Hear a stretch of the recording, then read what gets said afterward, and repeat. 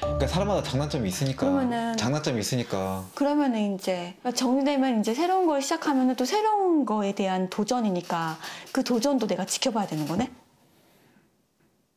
그럼 나는 계속 이제 기다려야 되는 거네 또? 뭘 기다려?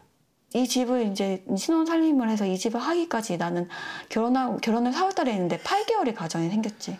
아 알았다. 그건 미안하다 그래. 8개월의 과정? 응? 집을 얻기까지? 그거는 어쨌든 간에 여보의 의견을 내가 수렴해가지고 그렇게 결정해서. 근데 그게 이렇게 즉각 처리가 돼야 되는데 즉각 처리가 안 된 거지. 집을 이제 구하겠지 계속 믿은 거지. 믿다가 어느 날 갑자기 나한테 여보가 2천에 60을 얘기하는 거야. 응? 응? 서울세? 내가 그래서 갑자기 얘기하니까 내가 거기에 황당한 거지. 그 2천에 60 때문에 그 족쇄 때문에 내가 3년 내내 여보랑 계속 그것 때문에 내가 힘들었어. 그 발단이 계속 이렇게 굴러져서 그게 갈등이 생겼고 이렇게 쌓여가지고 둘이 풀리지가 않았던 거라니까. 처음에 결혼했을 때 제일 갈등이 심한 게요. 투자한 게 있어가지고 이제 아버님께서도 이제 집 이제 해서 이제 해주겠다 글로 이제 먼저 제가 준비한 거니까 글로 해서 하겠다고 했는데 나중에 거기가 집값이 올라갈 것 같은 생각이 드는 거예요. 그러니까 이제 이 친구한테 그냥 2천에 한 60 살면서 올라가고 나서 그때 들어오면 되지 않겠냐고 얘기한 거. 근데 거기서 이제 격분을 한 거죠. 왜 자가로 하기로 해놓고 왜 아버님 약속 안 지키냐고. 결국에는 제가 그걸 해결해 줬거든요. 결국에는 아내 뜻대로 그걸 해결해서 그냥 그렇게 안 하고 바로 해서 매매를 진행해가지고 했는데도 불구하고 저는 끝난 줄 알았는데 그게 한이 맺혀가지고 두고두고 다른 어떤 그 제외한 사소한 사건에서 다툼이 생겼을 때 그게 같이 끌고 들어오는 거예요. 2천에 60이 항상. 그거를 그 과정에서 아버님이 생각했을 때 그 변수가 생길 수 있는 거잖아. 그때는 처음에는 시세를 몰랐었던 거였고 나중에 지켜보니까 그때가 막 시세가 계속 올라가는 그런 타이밍이었어. 그러면은 아버님께서 이렇게 건의한 거가 그렇게 잘못한 건 아니잖아. 아버님? 아니 잘못한 게 아니라 내가 기분이 별로 안 좋았다고. 기분이 나빴다고. 계속 3개월 동안 기다리고 있는데 집을 안 구하고 있으니까 이제 집을 구하겠거니 하고 가게에서 잠을 잤단 말이야. 가게에서 생활했어. 내가 3개월 동안 가게에서 자면서 기다리다가 여보한테 통보를 받았으니까 내가 거기서 더 어이가 없는 거지. 계획이 틀어지니까. 집을 안 구했으니까, 결혼식 올렸으니까 집이 없잖아요. 네. 주말은 이제 시댁으로 갔고요. 주말은 시댁 갔고 이제 평일에는 이제 거기서 자고 거기서 잤어요. 네, 근데 지금 그럼 이제 거기서 생활한 거죠. 집은 안 구하고 있고 나 여기서 이렇게 이런 환경에서 잠을 자고 있는데 좀 많이 비참했어요 그때. 그때 감정이 엄청 비참했어요.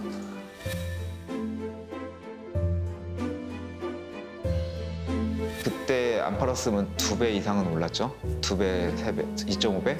그 정도는 오른 건데 그거 오르면 좋지 않나? 그거 어차피 오르면 같이 살 수 있고 나중에 그게 우리 둘의 같은 보금자리가 되는 거고 좋은 건데 저는 그 심리가 조금 저도 완전히 이해는 안 가요. 아내가 지금이라도 여보가 시댁에 대한 원망이 거기에 원망이 있는 게 아니라니까. 자꾸 원망이라고 자꾸 욕한다고 그러고. 난 원망이 있는 게 아니라 내가 그래서 기분이 엄청 기분이 안 좋았다고. 우울했다고.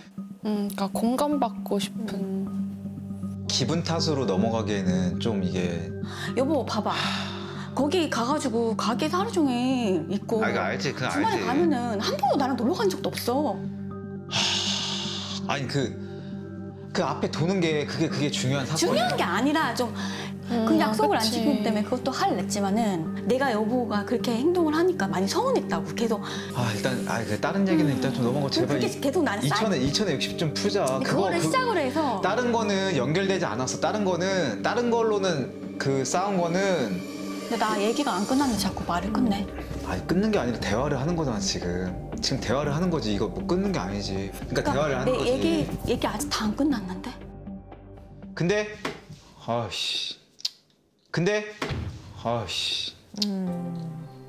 왜? 갑자기 아저씨? 왜?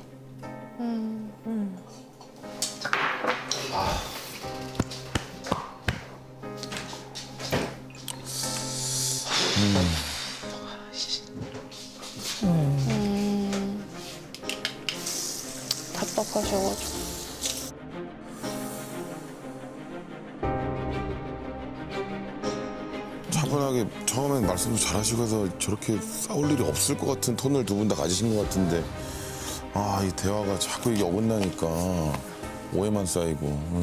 두 분 이 거리가 아까보다 더 멀어지셨어요. 전 처음에 올 때 분위기가 너무 좋아가지고 아예 그냥 이렇게 되게 귀엽게 끝날 줄 알았는데 쌓인 게 대화가 많네요. 네, 좀 대화 신혼 초부터 고생 많이 하셨네요, 근데. 신혼 초에 진짜 왜냐면 가게에서 뭐 잘 것도 뭐 필요하지만 당시 씻는 것도 해결돼야 되고 이런 게 다 뭐 충분하지 않았을 텐데 어떻게 생활을 하신 거예요 가게에서? 거기에서요? 씻는 것도 그냥 씻는 거는 이제 그 가게에 샤워실이 있어요. 그럼 거기서 씻고. 손님들 씻는 곳에서. 예, 네. 이제 그거 이제 손님들이 이제 뜸 뜨고 나서 이제 거기서 이제 씻을 수 있는 그 공간이 있거든요. 있고, 거기 네. 안에서 씻고. 뭐 짐 같은 거는 어떻게 하셨어요? 캐리어 가방에다가 어. 이제 제 옷하고 속옷하고 다 넣고 이제 그거 이제 거기서 이제 꺼내가지고 입고. 일주일에 한 번씩 바꾸고 시댁 가서. 근데 빨래. 거기에 이제 세탁기가 또 있어요. 어차피 빨래를 할 수 있게 세탁기에서 거기서 이제 옷도 빨고.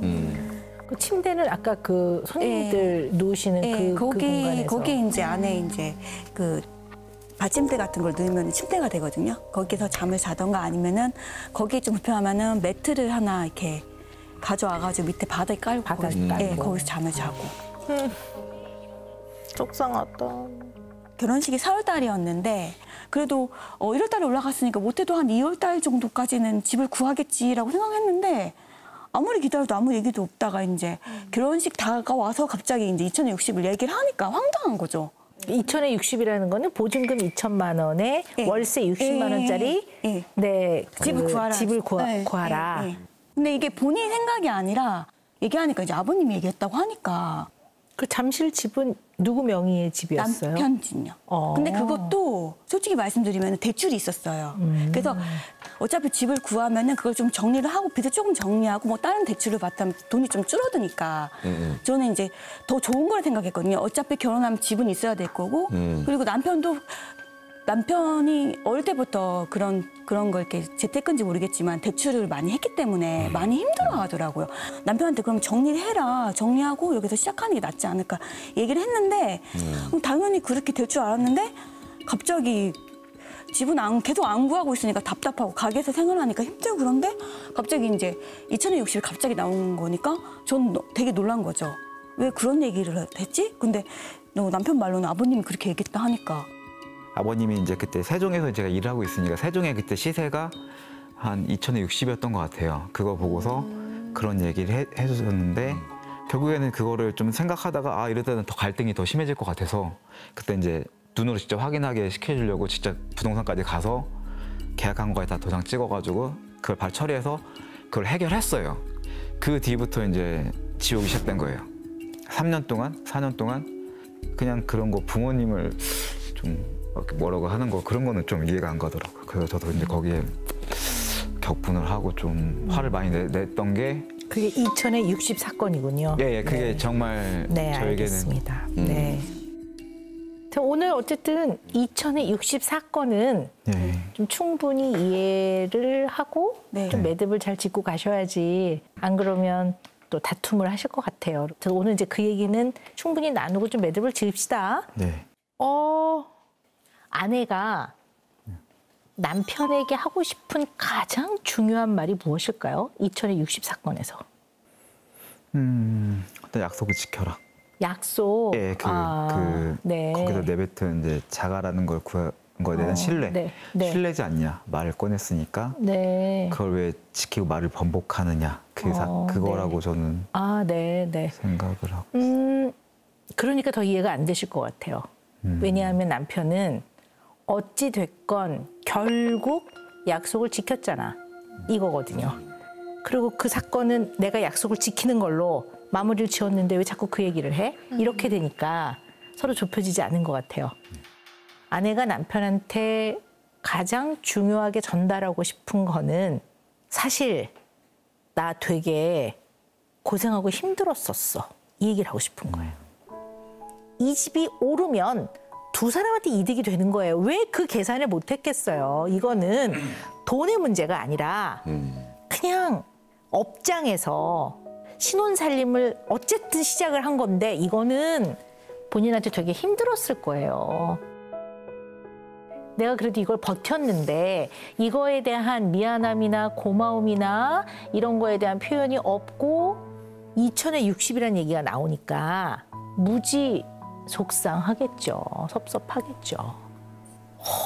이 내가 고생하고 힘들었던 거를 전혀 모르는구나, 전혀 고려하지 않는구나 때문에 마음이 무너진 거예요.